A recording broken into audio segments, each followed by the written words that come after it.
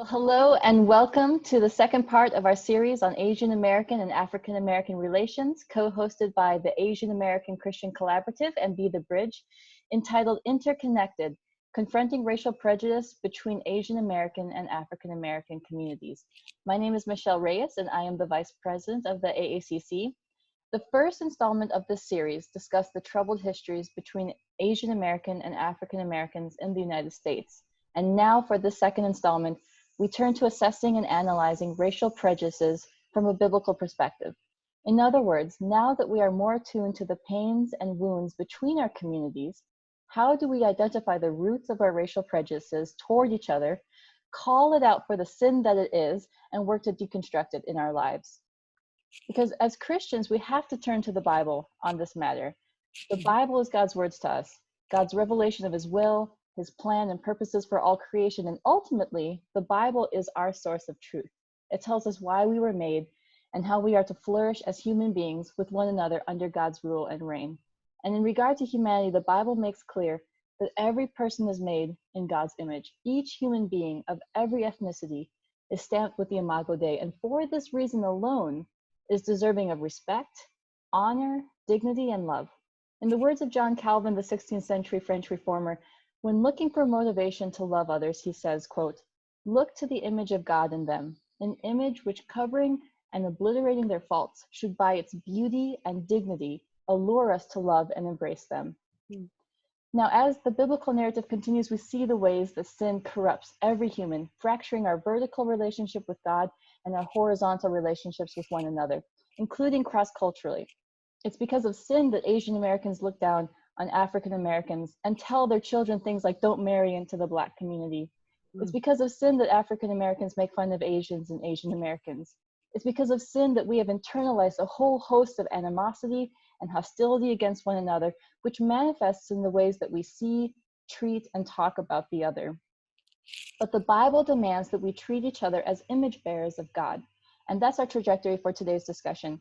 We're going to map out terms. We're going to look to the Bible to find a clear heading and exploration of racial prejudice. And we're going to conclude by considering practical ways to remove the sin of racial prejudice from our own lives. And I have the privilege of hosting this conversation with Accompany Uwan, Jeff Leo, Esau McCulley, and Micah Edmondson. Now, Accompany Uwan is a public theologian and co-host of Truth's Table podcast. She received her Master of Divinity degree from Westminster Theological Seminary in Philadelphia. In 2018, Christianity Today named her among 10 new or lesser known female theologians worth knowing.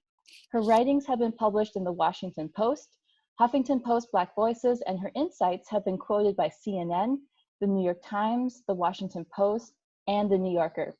In addition to her writings, Accompany's voice has been sampled on Lecrae's album, All Things Work Together, and Sho Baraka's The Narrative. You can follow her on Twitter at Sista_theology and Instagram at Sista Theology. Reverend Esau McCulley serves as Assistant Professor of New Testament at Wheaton College in Wheaton, Illinois. He's also the director of the Next Generation Initiative for the Anglican Church in North America, a province-wide undertaking committed to raising up and training the next generation of Anglican clergy and lay leadership. He is a published author with his articles appearing in the New York Times, the Washington Post, and Christianity Today. His first book, entitled Sharing in the Son's Inheritance, was published by T&T Clark in 2019. And his second book, Reading While Black, African American Biblical Interpretation as an Exercise in Hope, will be published by IVP Academic in November 2020, and I cannot wait for that. Dr. Jeff Liu is one of our anti-racism resource specialists at AACC. He also serves on staff with InterVarsity Christian Fellowship as their Director of Theological Formation. He has worked as a pastor, university chaplain, and adjunct professor. He earned his PhD from Fuller Theological Seminary, where he studied the intersection of race and theology. Jeff has contributed chapters to books on Asian American Christianity and ethics in pastoral ministry. Jeff lives in Southern California with his wife Lisa and their 2 children. And last but not least, Micah Edmondson is a Presbyterian minister and has a PhD in systematic theology from Calvin Seminary. He is a native of Nashville, Tennessee, and is the author of The Power of Unearned Suffering, a book about MLK's theology of suffering. Thank you guys all for being here. Thank you for having us. Well, let's just dive in here. And I want to start by defining some terms. And I want to go to accompany. Accompany, can you tell us how do we define ethnicity? How is this different from race? And where do we see these ideas mapped out in scripture? I know that's a three-part question, but I just want to turn it to you. We'll start easy. I got it. Well, why don't I start with race and then go into ethnicity and then go into the scriptures. So race is a social construct that's organized around strife, difference. It's based on stratification. And just to put it simply, with Black people on bottom, right, and white people on top. That within the framework of what race is, not in reality, at least according to God, I should say. So race is created, and it's man-made, and it is something. I would go as far as to say it's not something that will be redeemed, right? Because the roots of race produce racism, and which is obviously, the prejudice and the attitudes and the difference that comes in a racist society, which we live in the U.S. Where power is exerted over the marginalized. So those in power, this would be the white people, right? They're the majority. They control of the systems, institutions, that we even study that. They have the power to actually be racist. But us here on this panel, actually at this table, but on this panel, actually technically cannot actually be racist. Now we can be prejudiced, right, and have different misjudgments and attitudes, negative attitudes toward one another. We can be demeaning to one another, so having these prejudices and having bigotries, repeating stereotypes that are dehumanizing. We can do those things. So we can be prejudiced, we can be bigoted, but we can't be racist because we do not have the power. Technically, we do not have the power to actually oppress in a systematic way. Now, with regard to ethnicity is where there's a common group of people, right, that have a shared heritage, shared language, shared religion. I'd even say shared culture, among many things. And so ethnicity, however, we do see that in the Bible. And that is something that we will retain because it's good. It's God ordained. You see it in the scriptures, ethnicity. You see Paul talk about, I'm a Hebrew of Hebrews, right? He's talking about his ethnicity. Matthew, the genealogy, right, is showing us Jesus' ethnic heritage, which mattered, right, because he's the Son of God, and he was the greater David. In order for him to secure our inheritance, he had to be, have to have that Jewish heritage. So that matters, and those things matter. And then even if you want to go further on into Revelation, where we see this beautiful picture of what awaits us, right, when we are before the throne of God. Revelation 7:9 talks about how, I saw before the throne people of every tribe, tongue, and nation gathered at the throne. So that again talks about, tongue, language. It's talking again about ethnicity. And so we see that's something that we will carry forth even when we are called home from this place and we're in that great new city. So that's what I would say. Those are the distinctions I would make about race and ethnicity, and even just some little examples of where we see it in the biblical text. That's so good. Isa, did you want to add something to that? A couple of things. I might want to add that, like, when we talk about, like, especially race in the United States, it may seem obvious to us, like, who's white, who's Asian, and who's Black. Right. But this was actually codified in law, right? If you look through the history of the United States, because if you had the status of white, you're able to be nationalized. And so I know there are court cases where both Korean and Chinese Americans sued to be put into the category of white, to be separate from the category of Black, because if you got the category of white, then you got certain advantages. And time again, the United States said no. If you're Korean, if you're Indian, if you're Chinese, you don't qualify as white. Therefore, these prejudices that are inscribed in law remain in place. So we talk about racial categories, we think of them as being intuitive and not having any real historical weight. But what I want to say is that in the United States, white was a legal term that conveyed economic benefits. And because of that, it created, like Kimberly said, this hierarchy. And so I know that sometimes we talk about saying, well, I'm white, I'm Asian, I'm Black, as if that didn't, in the United States context, carry with it some economic reality.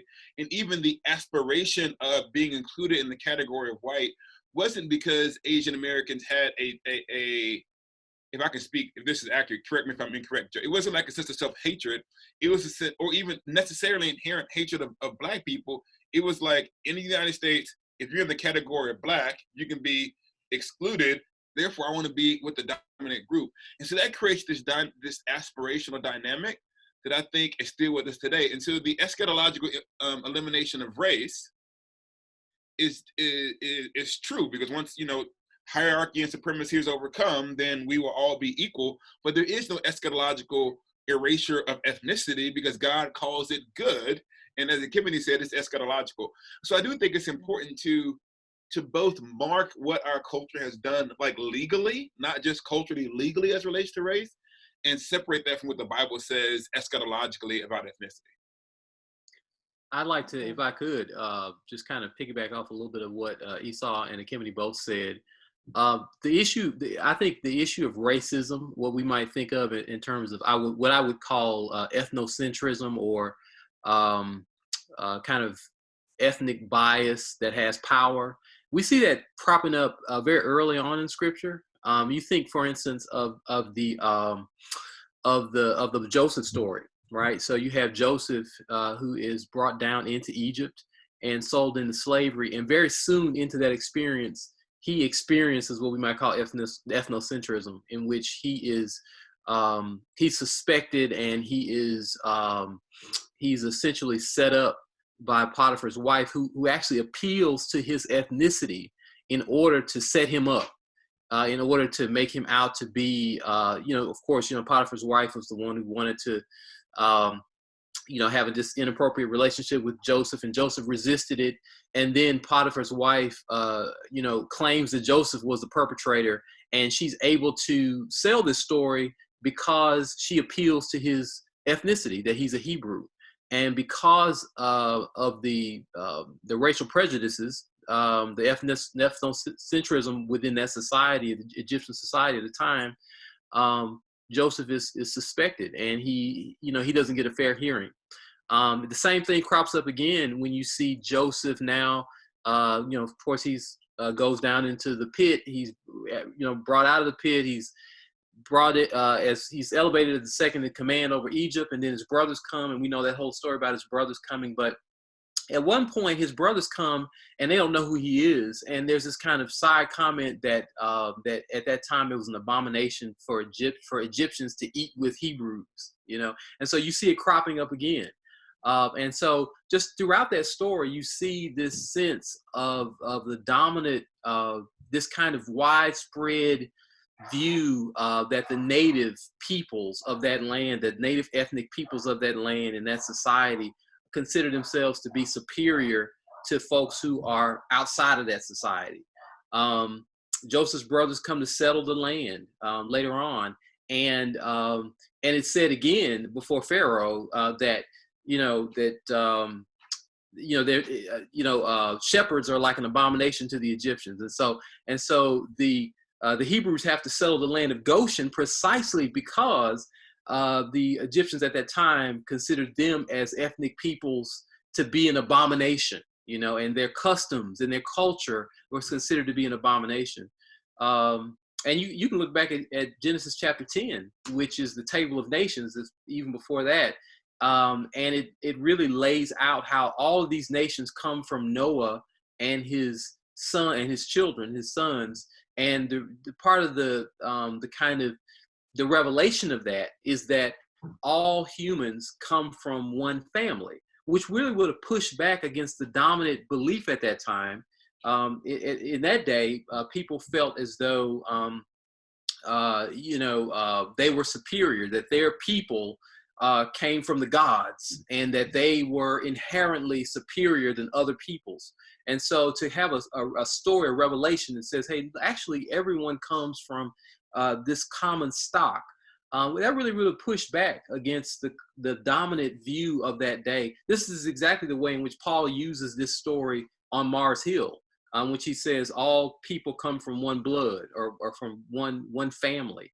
So the belief of ethnocentrism and the gospel push back against it goes very deep into the Bible. It goes all the way to Genesis. I would say there's a couple of more places where you see this in the Bible, two of which are interesting, especially when you see them as gendered. The issue of the Hebrew midwives, where they turn a racial stereotype upside down. It's like, well, why? Because the command was to kill these babies before they were born, but the excuse was like, well, these Hebrew women are just they're different than us, so they're so vigorous they can just like pop the babies out. And this is an example of kind of the use of a racial bias to kind of survive under oppression. The other one I think is often misinterpreted, possibly because of the history of racism in the United States, is the controversy over Moses' wife. And we tend to think of it as the controversy over Moses' wife is because the other Jewish people didn't want this Egyptian woman who was lower, because they want to associate Egyptians with Black people and make us low. But in actuality, what we think is the issue with Moses' wife being Egyptian is actually the fact that she was higher class. And that some of the pushback on Moses is that Moses was being uppity because he had this Egyptian woman. Because you gotta think about it. The Hebrew people were the lower class people in this context. And so you see kind of the internalized sense of potential inferiority in which, what is Moses doing with this high class woman? And so you see all of the places where not just there is kind of an external racism, you see some internalized insecurity playing itself out in the Bible too. And so you see both external racism and internalized discomfort with their own identity. And so I think that the Bible does, in different places, deal with these racial dynamics that we see today. Yeah, there's so much going on there in the way we can take a look at biblical passages and consider the dynamics of race and ethnicity there. And I think people hesitate to do that, in part because of what Accompany mentioned at the beginning, this idea that race is a social construct. They tend to think, or a lot of people tend to think, that because that's the case, that it's therefore not real. And they're looking for a kind of ontology, a kind of reality about a concept.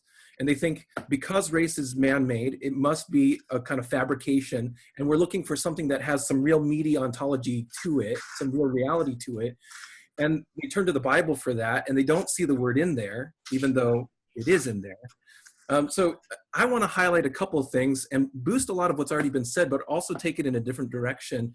You know, the words ethnos and genos, these are the words that we translate as ethnicity, and some, 1 Peter chapter 2, verse 9, some translations will treat genos as race, as in genos eklekton, chosen race. And patristic sources will take that phrase and run with it a little bit. And what emerges from early church fathers' theological work is what some folks will call racial reasoning, but they're launching directly from that word genos, which, the Greek translations of the Old Testament have that everywhere from Genesis 1 on. The word is there, and it designates a kind of peoplehood, but it would be dangerous, probably a big mistake, to map what we consider to be race today and the way it works onto what genos means in the Old Testament and New Testament. The way race works right now is very much what Accompany described, that it's privilege plus power equals racism. That definition from Patricia Beidel in the 1970s was really helpful in identifying some of the dynamics that we don't want to read back onto the biblical text. But for us to treat peoplehood, which, if there were a kind of a Venn diagram between race and ethnicity, both of these concepts, even in the current time, and including back then, if you look at, for example, Love Seacrest's really important work on ethnos and genos, if you look at those, the Venn diagram seems to overlap in the sense of peoplehood, which causes us to behave in certain ways to each other. So for folks to say, like, is race even in the Bible? Why should we address it if it's not there? The first answer is, we have to pay attention to it because race is real in its effects today, and Christian faithfulness has everything to do with the effects of race and racism in the world. Secondly, the charge that it's anachronistic to read it onto the Bible, my reply to that is, well, individualistic readings are anachronistic to the Bible, but Western readers have focused on individualistic interpretation for decades, and we're not any better for it. So if you want to charge anachronism, we want to be really technical and careful. And that's where some of us, I'm so glad that there's so many scholars here on this episode, because we have work to do to help folks understand how exactly are we reading into the New Testament and the Old Testament. It's important to call some of these things out. Yeah, that's so good. Thank you guys all so much for just mapping that out. And Jeff, your point about, oftentimes Christians, conservative Christians, are hesitant to talk about matters related to race. There is that argument that, race isn't in the Bible, so we don't need to address it. But then, on the other side of the coin is that we have become very aware to the ways in which American Christianity has perpetuated racial ideologies throughout our country's history. And this brings us back to the issue of Asian Americans and African Americans. And Micah, I wanted to turn this question to you, is could you speak more into that about the ways in which American Christianity has perpetuated racial ideologies, and perhaps because of this ignorance or this sort of anemic theological understanding of race in scripture, and what that's done to Asian American and African American relations? I'm sorry, all of my questions are like 3 parts. All right, that's all right. It's a great question. Thank you for that question. That's a tremendous question. So race has, from the very beginning, even before this country was thought of itself as the United States, race was a very central part of what it meant to be, to think of oneself as a Christian. And I say that because Rebecca Getz, in a really important work, The Baptism of Early Virginia, really talks about early theologies of baptism in colonial Virginia. And she talks about how the colonial planters would not baptize enslaved Africans and indigenous people because they knew that once they did, it would change the social relation between these peoples. And so what they did was they just refused them baptism, and they actually came up with a belief to sort of justify this practice called hereditary heathenism, in which they essentially asserted that indigenous and African peoples could not be Christianized, that these people actually were perpetual pagans, that they could not come to faith in Christ and live a Christian life, and so they would not baptize these folks. And so from the very beginning here, what we see is we see a kind of cultural legalism in which whiteness is a kind of currency for acceptance with God, and a currency for membership within the church, right? And I believe that kind of cultural legalism has persisted throughout the generations in one form or the other. And so that really sets up a very difficult dynamic in which people are either encouraged to assimilate into whiteness with a view toward coming closer to God, right? Or if you find yourself as a hereditary heathen, as a person that's on the bottom of that socioeconomic and racial hierarchy, you can't come into it. Okay, you're perpetually outside. Okay, and so I think that is a way in which American Christianity, from the very beginning, has set up and reinforced some very ugly dynamics in our society, and especially within the context of the church. And I mean, you fast forward all the way up until civil rights movement, right? You still had churches who whose roles were segregated, right, based upon race, and that's that same principle of hereditary heathenism at work. And whether it's stated formally or it is worked out informally and functionally, that principle is the same. I mean, a lot of folks may not necessarily say you aren't welcomed unless you're one of us, but the way this works out practically is that unless you sing like us, unless you, unless you culturally assimilate to the way in which we do worship, you're not really welcomed here. We're not really gonna welcome you into full membership. You're gonna kind of always be marginalized, and that again is that kind of cultural legalism at play. So I think that's one of the main ways in which American Christianity has set up this dynamic. I have to hop right on that, because I think this idea of hereditary, if you'll indulge me for a second, the whole thing about viruses and the way they work and what RNA and DNA does, I want to raise the question about whether American Christianity's theology is infected right at the root, at the DNA level. Because to take it even further back from before the American experiment, Willie Jennings traces the kind of response to Black bodies during the genesis of enslavement, that the rationale was necessarily a theological rationale. The hope was that maybe we can Christianize a soul. And that would justify what God is doing in this transnational migration that they called slavery. Mm-hmm. It's a kind of twisted theological logic that migrated to the United States, which says to us that the most important thing that we can do is Christianize someone.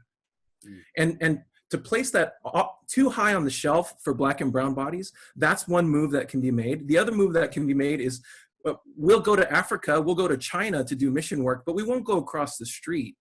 And that kind of view of Christianization that is racialized and problematized, I think that's at the very DNA level of American Christianity. So has American Christianity complicated how we do race in the United States? Absolutely. It's in the way we do mission and evangelism, and that's something we have to scrutinize. Can I say something about that? I want to say that this is the important part, it's pre-exegetical. What I mean is, Micah touched on it and Jeff touched on it, is that Christians knew that, okay, if you baptize someone and bring them into the church, then that implies an equality. Therefore, we need to create a different anthropology and a different account of Black persons to justify what we do. And then that anthropology is read unto biblical text.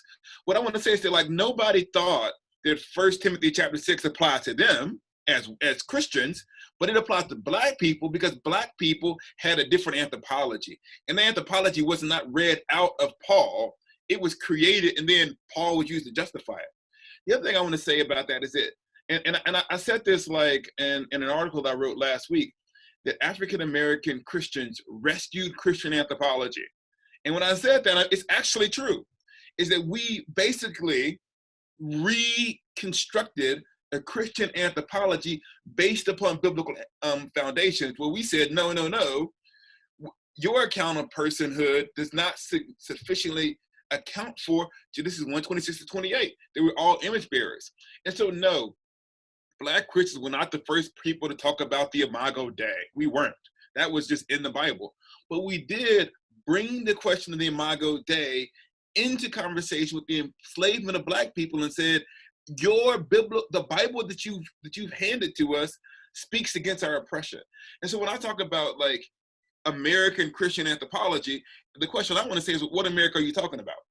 Because the African American Christian tradition, if I've read it right, reconstructs Christian anthropology. And what you have, and I've said this 1,000 times, the civil rights movement is nothing other than like a public theological argument on the nature of the Imago Dei, in which Black Christians said the Imago Dei means this for us, and a significant portion of the white church said, no, it doesn't, and we won the argument. And so I want to say that American Christian anthropology in so much that it is biblical, arises from African American theological reflection as a pushback against a dominant culture. And so I think that you're correct to say that like American Christianity has significant theological flaws at its founding, but those flaws, I want to say, are really, really rooted in greed and economics. And it's pre-exegetical.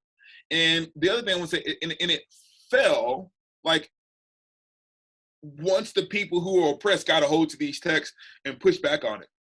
There's not a legitimate question as to who's reading those biblical texts correctly as we look back in history. And so it's actually, to my mind, a historical embarrassment that we actually managed to do this as Christians. So it's not really a disagreement. It's to put what we're talking about in the context of historical development and how at least one ethnic minority group pushed back on it. And I think that's an important legacy that is a part of American Christianity. Mm-hmm. Yeah, and I think that's just a good point that you raised, Esau. I mean, you made a lot of good points, but I think understanding that when we say American Christianity, okay, which Americans? Because oftentimes we default to white, right? Because they have the most power, right? They have the political power and, you know, all those, that jazz. But when you come down to it, you look at Christians of color, particularly if you're looking at the Black church, right? Because the Black church has the receipts with regard to justice, the civil rights movement. You're talking about a people that has always been the conscience of this nation. And I'd also say the conscience of what American Christianity is, right? And so it's always been the prophets, if you will, of the nation. And that's obviously by God's grace, but also through the oppression that we've experienced. But I think it is important for us to also define what do we mean when we say American, and also broaden that when we're saying, because sometimes we can tend to speak generally when we say American Christianity. Well, who's though, you know? So just wanted to affirm what Esau was saying there too. I would like to add this. You know, eventually the colonial planters did baptize enslaved Africans and indigenous people, but what they did was very insidious. What they did was they essentially changed and re-engineered their doctrine of baptism so that it stripped away all social implications of baptism, right?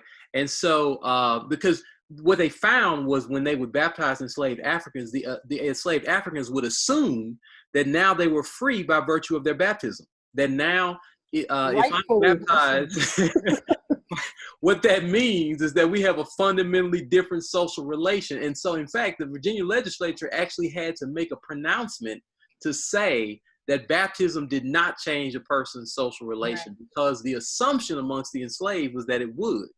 And so, I think that gave us a form of Christianity, okay, that actually what became devoid of that kind of ethical heritage, that kind of the ethical claim of baptism, right?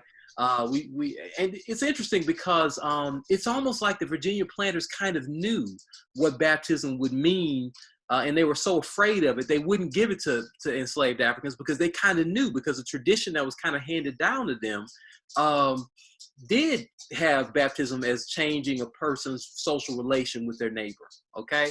And so it's fascinating to see the American sort of kind of riff on this, you know, them re-engineering things in such a way that it stripped that away. And I think in many ways, I think we're kind of living with that today. The doctrine of spirituality of the church, the way in which we do Christianity in such a way that it kind of says, hey, look, our faith commitments don't really touch our social relationship. And the moment that you begin to bring that into the conversation, we're going to say that you're doing something that's aberrant to Christianity. We're going to say that you're doing something that's you're preaching a social gospel. You're doing something that's foreign to what it means to live the Christian life. Can I toss just like 2 court cases for people to look up? Because I think that sometimes, especially when we are have talked about this a lot, that we use language that people don't understand. So I'm thinking about, just for people who listen to this and want to Google it, you can look at Ozawa versus the United States in 1922, and you can look at the United States, and forgive me if I pronounce this wrong, the United States versus Bhagat Singh Thin in 1923.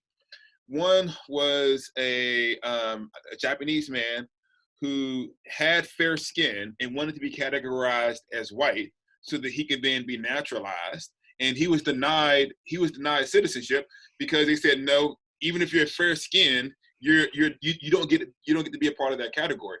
The second one was, according to the racial science at the time, Indian had some link to Caucasian. And so he says, well, then if I'm Indian, I'm kind of Caucasian. Therefore, can I get into the category of white and get these privileges? And in both cases, that was denied. And said, no, when we're talking about white, we're talking about European white. And so when Micah starts talking about like the reality of whiteness, he's once again talking about like American legal precedent. It's amazing for us who are, almost 100 years down the road from this to imagine to say, there were cases in the United States where they defined what white was. In the exact same way in the African-American context, they defined one drop. If you had one drop of blood, you were Black. And so all of these legal cases create a perception. And so when you talk about like the host of these privileges that exist, we're talking about the long-term ramifications of these kinds of things. And so, yes, it does create, I think, in the Black, Asian American history, this sense of tension, because there is a sense of like fleeing us to get somewhere else. Yeah, definitely. And because the other category is, in America, it was a binary. You were either closer to being Black, which meant bad, or closer to being white, which meant good. Yeah, absolutely. And this brings up the issue of the myth of the model minority within the Asian American community, because in terms of the history of immigration in our country, Asians as a whole were banned in 1917 from entering the U.S. And when re-entry was allowed again after World War II, it was, it's called the brain drain from Asia, because it was only the top doctors, the top lawyers, the top businessmen that were allowed to come to this country. And it was right at the height of the civil rights era that these Asians were coming in, and this myth of the model minority was created. And it was no accident, the timing for this. It was a myth created not because Asians are somehow some super intellectual people group, smarter than anybody else, but it was to pit us directly against or African Americans, and we, to an extent, we bought into that, right? Because Asians started coming to this country and seeing the way that African Americans were treated and said, well, we don't want to be treated that way. We're going to, acculturate, assimilate, try to become more white, and then we'll be treated better. And so it's layers of complication, and I'd love to hear you guys speak into that and the ways in which that has been internalized both within the Asian American and African American communities. Asians are not the only immigrants that were confronted with the allure of assimilating into whiteness. Right. So even the Europeans, even different folks from European nationalities, the Irish, Italians, German, they have their own stories of assimilating into whiteness, right? Coming over here and basically realizing that there is a sort of social contract here that says that if you assimilate into whiteness, you will be afforded these social benefits. And if you do not, then you won't be afforded these social benefits, because that's the caste system that we have here. So I think the difference is that that Asian people of Asian descent were not allowed to assimilate into whiteness, right? They were located in a different place on the caste system, but they could not. They could sort of approach whiteness in some sense, but they never could fully assimilate into whiteness. And so, so they were in a difficult situation there with that, because again, they're dealing with that oppression, that disparity that is there. You know, it creates a tension with folks, other people on the caste system, because if you're lower on the caste system and you see somebody that so what whiteness does is it demands fidelity, right? And it will say, look, we will afford you certain benefits if you also look down upon the people that we look down on. So there are benefits that were afforded people if they did not associate with blacks, right? There's this kind of this is not a situation of with an Asian person, but this is a situation with Dr. King's father, Daddy King. His autobiography talked about how he Somebody's getting texted. I'm sorry. Somebody's getting a lot of text. Oh man, I think that might be me. Somebody is just blowing me up. I'm sorry, y'all. It's okay. So Dr. King's father, Daddy King, tells a story in his autobiography of being a young boy and needing some glasses, and talking about how he went to a German a shop that was owned by a German man, and the German man, was going to make his glasses, and then he was told by some neighbors that you don't need to serve blacks. If you do, we're basically gonna boycott your shop, and you're gonna really you're gonna suffer here if you open your shop up to blacks. And so the German looks at Daddy King and says, I'm so sorry, I want to serve you, but if I do, my shop is going to suffer. And so what ends up happening is, and I think there are many immigrants who have that story, right? Of having a certain kind of loyalty to the caste system demanded of them, so that they do have this kind of temptation to feed into that, and of course that creates strife amongst folks who are being discriminated against. People who are being oppressed are saying, hey, look, we're all in this together. Why are you treating me as subhuman? So of course that's gonna create strife amongst members who are sort of in lower places in the caste system. So it's really good, because what you're pointing to is that these sorts of issues of racial prejudice and racism are not isolated to a few individuals, and so our fight to deconstruct this isn't to just win over a few hearts. There's systems involved. Yeah. This is a systemic problem in our country, and I want to direct this question first to Jeff and then to everybody, because one of the problems that we hear when discussing racial prejudice and issues of racism in general is from Christians responding by saying, well, we just need to preach the gospel, right? And there's this pushback that if we try to go deeper into the conversation of anti-racism work or deconstructing racial prejudice, that somehow that's not kingdom work. We just need to preach the gospel. And so, Jeff, how would you respond to someone who says that?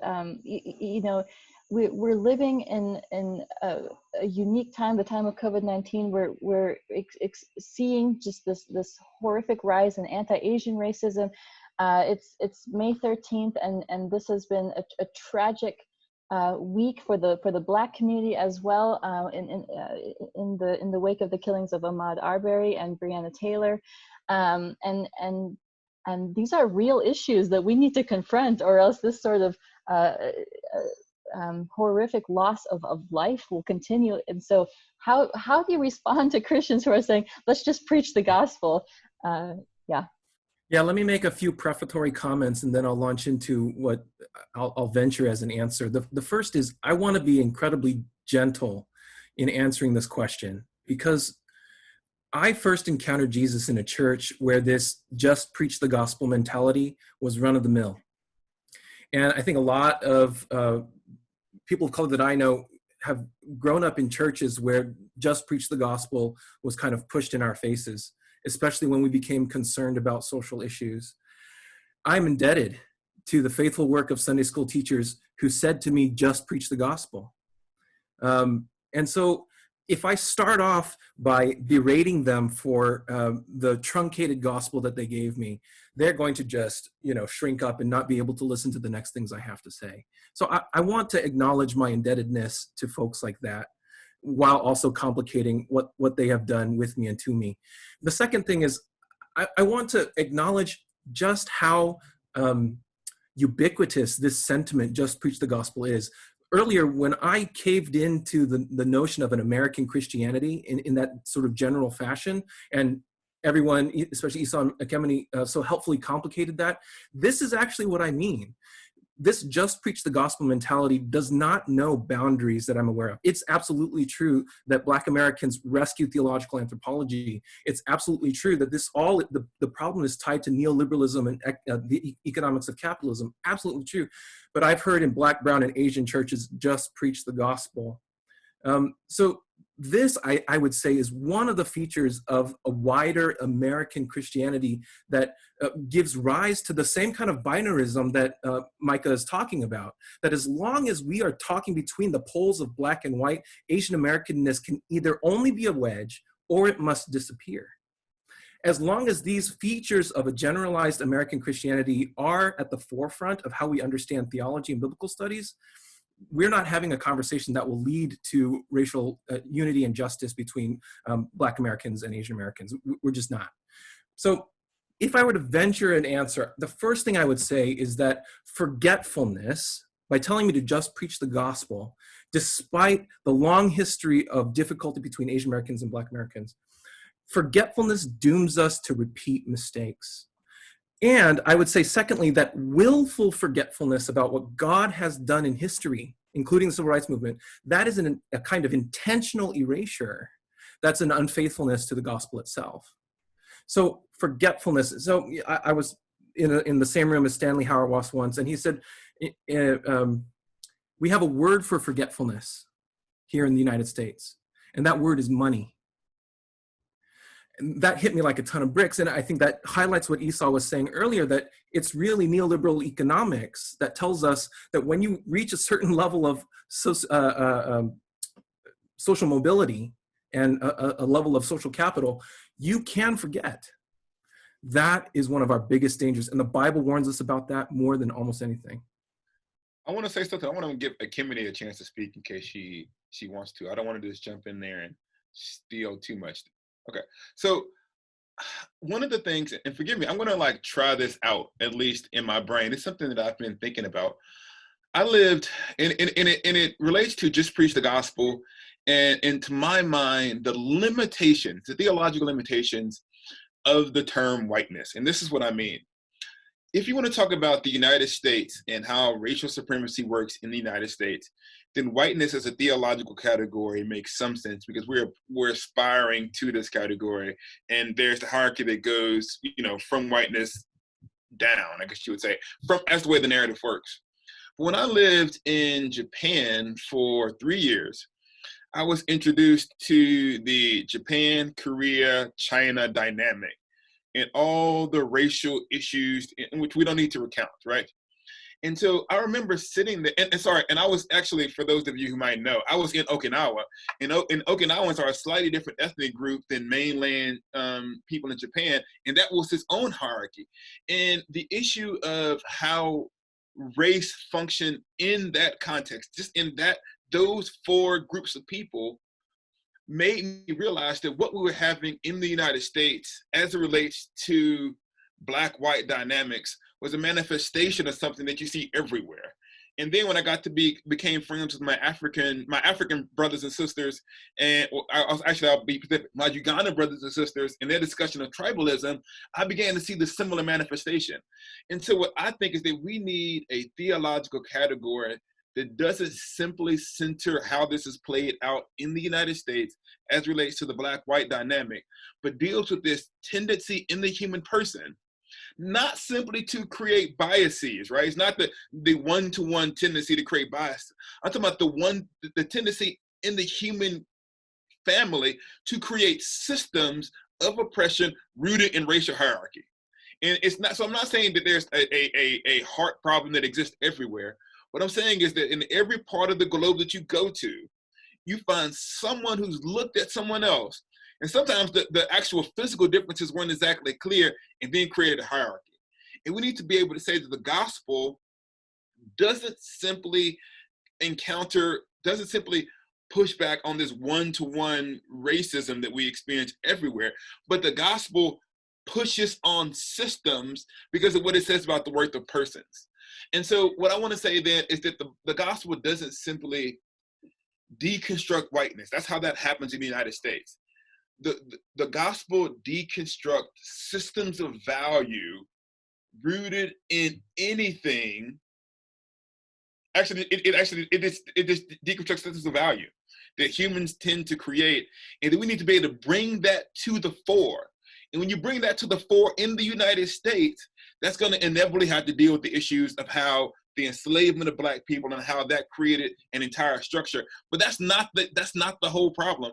It's an international story. And I think that sometimes it's helpful for us to not simply look at what is going on in the United States, but the global manifestation of this brokenness that manifests itself in culture after culture. And so I want to say that the gospel speaks to persons and systems that we can see throughout time and across culture. Yeah, I mean, I think, well, what I would say about that, I mean, yeah, definitely, you're going to see stratification all over the globe. I think the tendency to stratify, to differentiate, to put oneself up over another. And we do have a category for that, and that's in a term, it's sin, right? Yeah. It seems so simplistic, but it's not. Sin is actually very complicated, highly adaptable. If you think about Cain and Abel, you go back to Genesis what, 4? Yeah, Genesis 4. You know, and you think about how the Bible talks about Cain's own jealousy, right, against Abel, right? He was jealous because Abel actually gave a good offering that was satisfying, you know, to God, whereas Cain didn't give his very best to God. And he was so burned with so much anger, so much jealousy, that he killed his own brother, you know, and God warned him, you know, that this sin, it wants to master you. It wants to rule over you. It's crouching at your door. It wants to devour you, but you must rule over it. And God didn't tell him that just to say that, is because he actually had the power to rule over it, but rather than rule over it, he was ruled by sin himself. And then that manifestation of that sin was that he ruled over his own brother and killed him, right? And so we see that sin manifesting its oppressive power. We see it manifesting itself within ourselves, right? And within all over the globe. So I believe we do need to be internationalists. I agree about that. And so we see that particularly with racism, prejudice, bigotry. We see that one, instead of mastering sin, you know, we want to master our brothers. We want to master our sisters. You know, we want to master people that have come from one blood, right? One blood, right? We all derive from Adam. And that's what the scriptures tell us there. So I would say in that, I don't know that we need another category, but I think we need to analyze it and exegete that and make it accessible, you know, to people so that they can enter in, you know, to that. And then you also mentioned, what was it? You mentioned, there was one more thing that you mentioned that I wanted to also, you know, tie in here, but maybe I'm forgetting it now. You said a lot of, you know, good things, but I'm losing it. But go ahead. I want to talk about, and forgive me, it's like if you don't deal with these issues, they always come back. Sure. So you can't just, and I think Jeff talked about forgetfulness. The problem is we don't actually forget. And COVID-19 is a perfect manifestation of it. There were all kinds of like Asian American racial stereotypes that kind of wax and wane with the economic and political realities of the country. And because they weren't actually dealt with, they exist as a latent fear that can then be activated during times of heightened stress. So whenever the country's under stress and we look for a scapegoat, because we didn't deal with the historic stereotypes around Asian Americans, it was easy to kind of grab that. And there was a sense in which we assumed that people just like outgrew, like, it's funny how people are non-evolutionary biologically, but they think that people can like evolve out of racism. So like, oh, we just don't do that sin anymore because we just evolved out of it. Like you're just born with the racial progress of your parents just downloaded into your DNA. Right. But the reality is, like, the equality of persons must be relearned in every generation. And so what I'm saying is that, like, why just the gospel doesn't work is seen in the treatment of Asian Americans during COVID-19. Right. Yeah. We went from pet to threat. Very quickly. Very quickly. And I think that's what's unique about America, which I think it is. That's why it is important that we center America, because nobody does racism quite like America. I mean, truly. I mean, we are the most racist country in the world. We wrote the book on it. I mean, Hitler got tips from America. I mean, seriously. I mean, like, these are just facts, you know. And so I think, and because it's so tied to capitalism, which requires, like, you know what I'm saying, which literally requires somebody to be, like, it requires sacrifice, right? It just does. It requires bodies, because it can be an idol, right? And we see this happening right now. The country's willing to sacrifice lives right now to get the economy started again, right? And so we see that it's tied to capitalism, and then it's tied to religion in America, right? We see the power of the religious right that cropped up, you know, in about around the 70s or so, and has so much political power that they have serious voting power in our election. You know, they're a main reason why we have the occupant in the White House that we have right now. And so I think so as much as I believe in being an internationalist, I just think America just has something very uniquely different. That's a phenomenon that's not happening quite in the same way that's happening in other places. Because other places are dealing with the vestiges of colonialism, right? That's actually how tribalism came to be. It exacerbated, you know, those tensions, whereas that wasn't something that was always occurring before colonialism began. So I just wanted to throw that in there too, a little complicate some things. But You've got to. It's so complex, and I love everything that you guys are saying. It's something unique to our country. It's international. I want to push us to get a little uncomfortable here as we're coming to the end of our conversation, because I want us to talk about, you know, we are here a group of Asian Americans and African American Christians, and we've been talking about this kind of from the 50,000 foot level, and I want to make it personal now, because for people who are watching, what we are wanting to encourage each other and those listening in is to now turn inward and to look into our own lives, and how can we deconstruct racial prejudices. If you're Asian American, how do you deconstruct racial prejudices against African Americans? And if you're African American, how do you deconstruct racial prejudices against Asian Americans? And I wanted to start with Esau, if you don't mind. Would you be willing to share personally from your own life what that's looked like? Can we even map out steps? Like, how does one do this personally? So, I mean, this is one of those things where I'm just going to be completely 100. I was raised with, and I didn't even realize it until I got to college. I was just raised with anti-Asian American bias. It was just like in the water, because we were told, this is my reception of the Black consciousness movement. It's not what everybody Black was saying. It's what they were saying in Huntsville, Alabama. That especially like the nail and the hair salons were always owned by Asian Americans, especially immigrants, and that this was seen as a manifestation of a lack of Black economic control. And so the way to have Black economic control is to run the Asian Americans out of the Black community. You see this exact thing, I think it's in Do the Right Thing, where there's the riot. If you haven't seen the movie, there's a riot at the end of the movie. We won't get into the whole thing. But the riot is burning down these businesses. It first burns down a white business across the street. It's a pizza parlor. And then they come to, I think it's a Korean-owned store. And the Korean man is out there trying to defend his store from these Black rioters. And the Korean man says, "I'm Black." And this is really a poignant scene, because the Black guy goes, "You're not Black." And so the real question I think that Spike Lee is asking, Spike Lee is actually getting to the middle of this, the middle minority myth, right? That what's actually happening is the Korean American person who's there is himself a victim of discrimination because he has broken English, and for a variety of other reasons, he's receiving persecution from the majority culture. but he's also the object of scorn in the African American context. And so that building is actually not burned down in Do the Right Thing, and they go somewhere else. But what I'm saying is there was at least a form of of African American consciousness where I didn't understand or even consider what the immigrant experience was like for someone who wasn't me.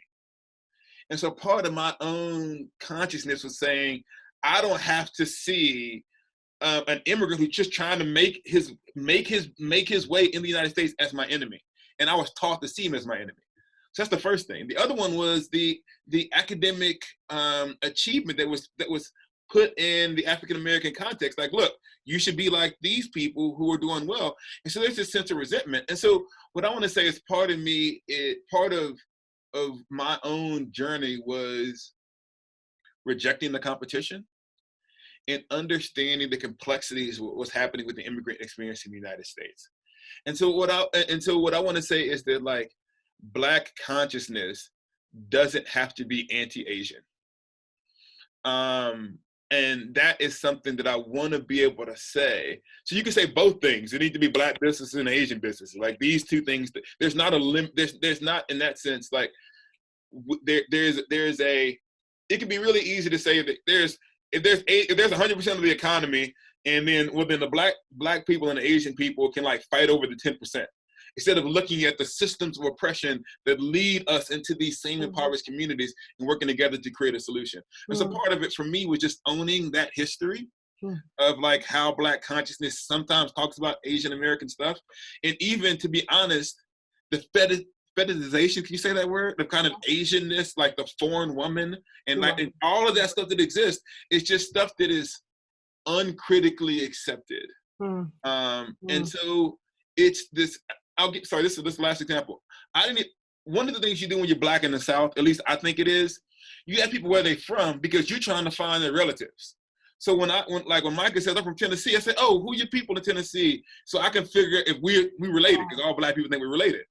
So I was talking to an Asian American student, and I asked him, he came to my office, and I said to him, like, where are you from? And when I was thinking of it from the Southern context of what part of the United States are you from, so I can see where you are.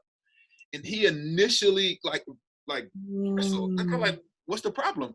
And he says, do you mean where am I from in the United States? I said, yeah, like, what else would you mean? And the reason I tell that story is that it was me normalizing my perception of how location works in culture, and not thinking about how he thinks about location and identity, given the ways in which Asianness is forever foreign, is made forever foreign. And so part of my own spiritual journey is learning to think through the American experience as much as possible from how my Asian American brothers and sisters might be experiencing it, and not simply normalizing Blackness and making everybody adjust to it. Yeah. I would say that, I confess some of these things on Truth Table, but I want to take it in a different direction. I think it's hard to love a people that you don't know. And what I mean by that is that we have to take the time to actually learn about the history of Asian Americans in this country, what their current plight is, what their past plight is, what does the future hold for them. I think if we don't care, then we don't love. Like, you know what I'm saying? That's void of love, I think. And so I think part of what that looks like is educating ourselves on these things. So PBS has this special right now. I think it's a 2-part, 3-part special on Asian. Oh, 5, great, all right. Of Asian American, like, history in this country. And so I was so excited to see the ads for it, and I'm looking forward to watching it, because there's so much I just don't know, to be quite honest, about Asian American history, in this country. And so, so I think part of that is learning historical things like that, and even just watching. I know it seems very basic, but watching movies, that some Asian American or Asian directors, whether they be American or not, learning about their culture, being immersed in their culture, not just going for just the commercial ones that we know. I won't name what it is, but but like actually digging to learn, and to see like, oh, okay, what are the questions that they're asking? What are the questions that they're grappling with in their culture, in their society? What are the expectations in their family? What does that look like? How does that connect to my own experience, right? As a Black woman in America. And so I think just beginning to broaden even just our own appetite, for learning about other cultures, particularly Asian culture, is how we can begin to dispel the ignorance, whether it's intentional or not, and to begin to really have really humanize, and see Asian Americans as our brothers and sisters, as you all are. So I think watching, reading, of course, those I think are some tangible ways that we can, just begin to learn more about your culture. I appreciate that so much. And I'm going to go next so that Micah can have the last word on this question. Just to kind of tell a little bit of just a quick snapshot of my story. I grew up with as many anti-Black influences and messages as a lot of folks who grew up in the suburbs of Oklahoma do. So I'm from the suburbs of Tulsa, Oklahoma. I spent my first 10 years in a rural part of America, rural Oklahoma, population 2,000, that kind of a place. So, as Southern nice as everyone was, I grew up with just as many anti-Black messages. At the same time, I internalized messages about the uniqueness and giftedness of being Taiwanese American. So, in critical race theory, we talk about white over color hierarchy, but for me growing up, it was being Taiwanese versus everybody else. So I had my own kind of supremacy to deal with there. We can talk later on after the call about whether to call that racism or not, but I know what it was for me. It was a pejorative view of everyone else. And I didn't shed that until lamentably late in my life. And I deal with the fallout of that every day of my life. And I work to repent of that with Jesus and before the body of Christ all the time. So the first thing that I had to do was just acknowledge that I was a part of the problem because of what I had internalized. And whether or not I'm culpable, I am responsible. And I had to be responsible to re-educate myself, to unlearn some things, and to work in new ways. And I would say that right now, as we see so many incidents of anti-Asian racism, this is the best time for Asian Americans to begin to shed their anti-Blackness, because, and this is why I think the work of the Asian American Christian Collaborative is so important. What we're facing now, two things. Number one, it's not new for Asian Americans.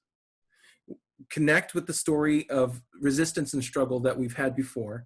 But as you do that, remember that this is not new for the United States, that the Black intellectual tradition is built on the kind of resistance from which we need to be learning. The resources that we have now are critical for us to take on board. But while we do that, this is a cautionary tale that I think is important for us.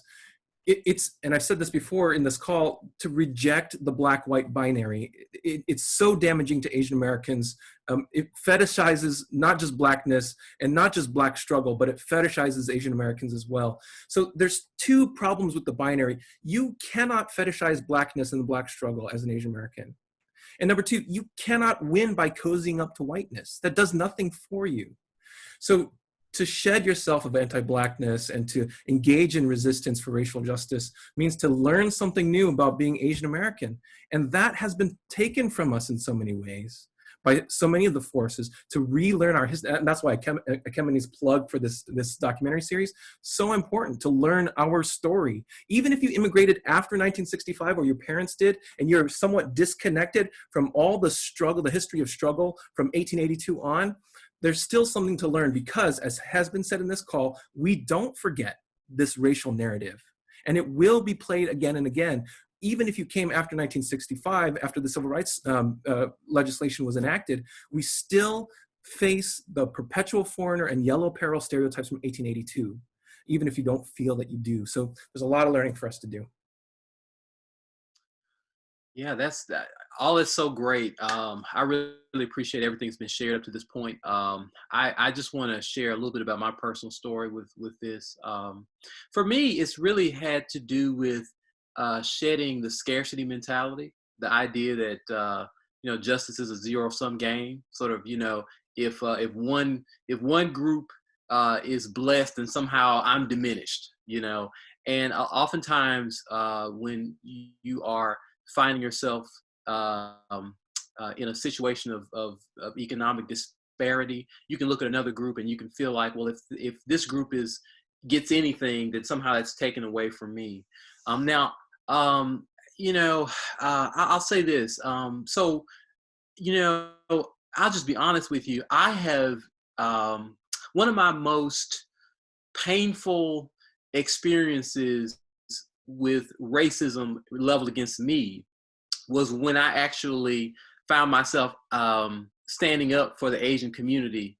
And I was actually the target of a whole lot of Black folks, who looked at me like a sellout because I had the gall to actually suggest that, Christians should actually stand up and advocate for our Asian and Asian American neighbors in the midst of all the discrimination, the recent discrimination that has been happening against them. And especially when it came to how people just decided to stay away from Asian and Asian American businesses. I kind of made it my business to say, hey, look, I'm going to go to these businesses.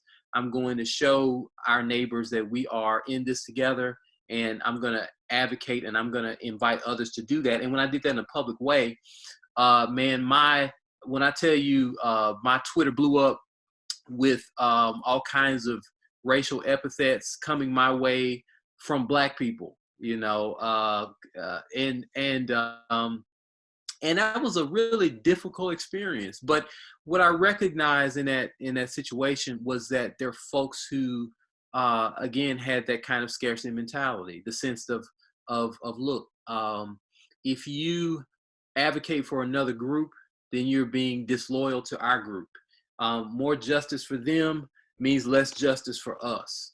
And I think we've got to encourage one another that justice is not a zero-sum game, that we need to weep with those who weep, and we need to rejoice with those who rejoice. And we've got to do it across ethnic lines. We've got to deliberately do it across ethnic lines. And that doesn't mean that when we do so, we're being disloyal to our own struggle. We need to learn more about the struggle of our own people so that we can be better equipped to love our neighbors well and empathize with what they're going through. That's part of why I did what I did. I said, look, if anybody knows what it's like to be discriminated against, it's Black folk. And so I know the pain that my Asian brothers and sisters are going through. I deal with this regularly. And so I'm going to go and I'm going to empathize, and I'm going to say to them, hey, we're in this together. Let's stand with each other, So I would just encourage everybody to, again, learn your own history. It has been said before. Weep with those who weep. Deliberately do it across ethnic lines, because that's not happening in our society. Let's do that across. Let's be conspicuous and do that across ethnic lines. Let's rejoice with those who rejoice. When we see, Asian American filmmakers and artists and directors and being celebrated, let's rejoice. Let's rejoice in the same way that we would want them to rejoice with us. And let's join together, and let's be conspicuous in that. And let's be real practical in these things. Let's not just talk about it, but let's be about it. Yeah. That's so good. Thank you, Micah, and all of you guys for your vulnerability and honesty. And I'm grateful for the ways in which that you guys, Isa, accompany, Micah, that you have stood in solidarity with the Asian American community. That means so much to us. And I want to add one more question that I didn't mention to you guys before, but I think the more I heard you guys talking about these things, about accompany, the educational piece, and learning to deconstruct those sort of racial ideologies in our own lives, the forgiveness piece, because there's also the healing processes that need to take place. This is something that's not just for individual followers of Jesus, but for something that the church needs to be actively participating in. And it's good. It's not wrong for churches to speak up, or for pastors to speak up in the wake of a horrific tragedy. They should, but that's kind of the bare minimum, right? Like, how do we turn this into a whole way life discipleship and ministry, and a way of doing church for Asian American churches and African American churches, or multicultural churches in general? How do we turn this into something that we don't just do when a tragedy hits, but that we're doing this holistically, in all way of life sort of thing? I'll take a stab at that. I want to say a couple of things about the different kinds of church communities and the different kinds of courage that is needed. There's one way of talking about this. We say, well, the solution is, let's just all create multi-ethnic churches so we're all smashed together. And then that deals with the issue of racism and systemic injustice. I don't think that's always the solution. I think that sometimes majority Black churches, majority Korean church, majority Chinese churches are spaces where, for the first time, those people get a chance to develop as leaders, grow, have a say in their own governance. And then we know that most of the time when you create multi-ethnic churches, it just ends up encoding the majority culture and including the ethnic minorities there. So I want to say that if you're looking at ethnic-specific churches, even in that context, it's very important for those pastors to still address issues of race and class, because that might be the one place where that can be explored. So as an African-American, if you're in an African-American church context, yes, you're dealing with particular issues that you're facing for your community, but you can begin to educate your community about ways to have cooperation. If you're in a multi-ethnic church, you have to ask yourself, is this multi-ethnic church encoding the majority white culture and smashing down Black and Asian American identity? And how can I be intentional about making space for these things in my church so that everybody is learning to be cruciform in their sacrifices for the sake of unity? And so I want to say then is that regardless, that kind of courage is going to look different in different churches. So I don't know if there's one size that fits all.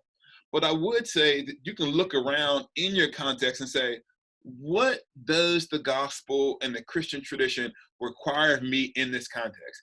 And if you're in a majority, like Asian American context, majority Korean church, it might be your job to talk about anti-Blackness, because they may never invite me to their church to talk about anti-Blackness. So you need to stand up from the pulpit and say, if this is your problem, in our context, this idea of implicit anti-Blackness that exists in the Korean context or the Chinese American context needs to be dealt with, and it needs to be exegeted out of people and discipled out of them, because it's a place where I can't go. So I want to say then, be courageous, but be courageous in a way that's actually courageous in your context. It's not courageous to be like pro-Black when you got all kinds of Black people around you, right? What are you doing?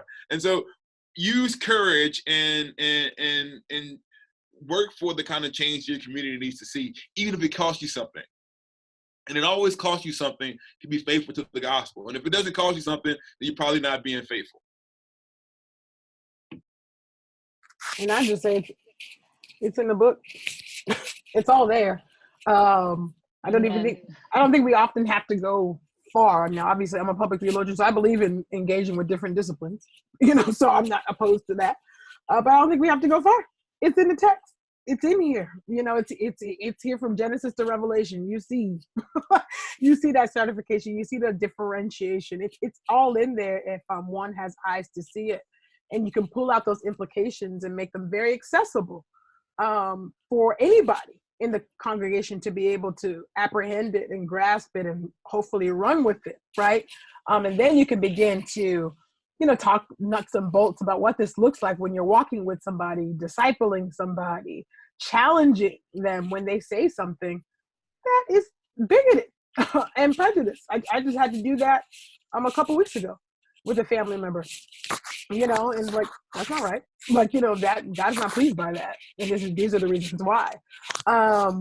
So I would say, yeah, I would say it's in the text. So I don't think you don't have to go very far to go and figure out what source should I bring in and pull in here to talk about anti-blackness. It's in here in the text, and if you can exegete that text well, then you should be able to bring out those implications and those practical takeaways for people, particularly given the climate that we're in. This is everywhere.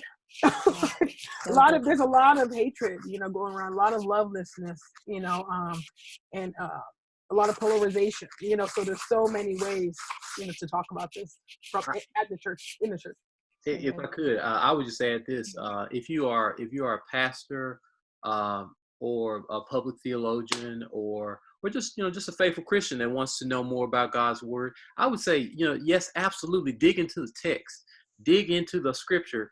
Also, read the Bible along with Asian and Asian American commentators and Christians and theologians, and listen to them. And because it's really important. So the Catholicity of the church, the fact that we are people that are comprised of people from every tribe and nation and tongue, it's really important. The Lord has not given any one particular ethnic group all the perspective on the scriptures and all the wisdom, but He has spread it out amongst the people from every tribe and nation and tongue. We have a lot to learn from our Asian American brothers and sisters about what the scriptures have to say and how they have applied it in their particular situation. And we can see the glory of Christ at work amongst them, and we can celebrate that. And that has something to teach us, as well as what the Lord has done in our midst as well. So that's just a word of advice I would give to folks as well. I love everything so far. I'm coming at this from a position in which my job is to exercise theological leadership. I've been thinking about that since I was a pastor in the church, and now that's my actual job. I think I want to say a couple things. I stand in the Reformed tradition, which is a strange fit, actually, I think for a lot of us, for what the Reformed tradition has meant in terms of racial justice and racial injustice, actually. So I'm encouraged to see some folks here who are doing what they're doing, especially because it can be so difficult in some of the spaces where we find ourselves. But theological leadership in spaces that are foreign to the kind of race-conscious reading of the Bible that accompany was talking about, the call for folks, for pastors, for readers of the Bible is to access the kind of theological leadership that will lead you to that race-conscious reading of the scripture. Because to whitewash everything as you read the scripture makes you a tomb of a certain kind. And I can't tell you how many times pastors have asked me to consult for free on what to do with their next hire, what to do with their strategy for racial reconciliation, what to do with the neighborhood across the tracks, all that kind of stuff. And it drives me a little bit crazy because y'all need to pay somebody to do that. That's an area of expertise that you need desperately, and that people have worked hard, studied hard, paid a lot of money to gain some skills in. So to exercise theological leadership in your context means to treat this like you would any other kind of professional consultation, so that you can learn, especially if you don't yet know how, to identify the community cultural wealth and spiritual capital in other communities and other communities of faith. So just a quick book plug, Robert Chow Romero's book, Brown Church, is coming out. He utilizes this framework of spiritual capital because so often we think about other communities as predominantly communities of deficit, that I don't have anything to learn from them. And that's why I've got to go do mission to them. But really what we need is a kind of theological leadership that says, I need to submit myself to these folks and learn at their feet because they bring something that God has given them. Even God has given them these things through the struggle of racialization and racial injustice. And that's something that I can't learn without them. And that's going to take a kind of humility and leadership that we have not yet seen. Amen.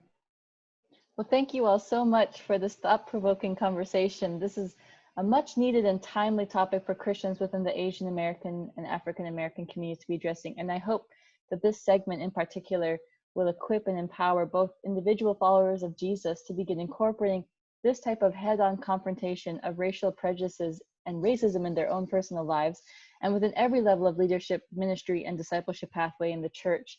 And so for our listeners, we hope that you've been encouraged as I have been by this conversation, and I hope that you'll stay tuned for part 3 of this series, which will now turn to pursuing paths of healing and solidarity.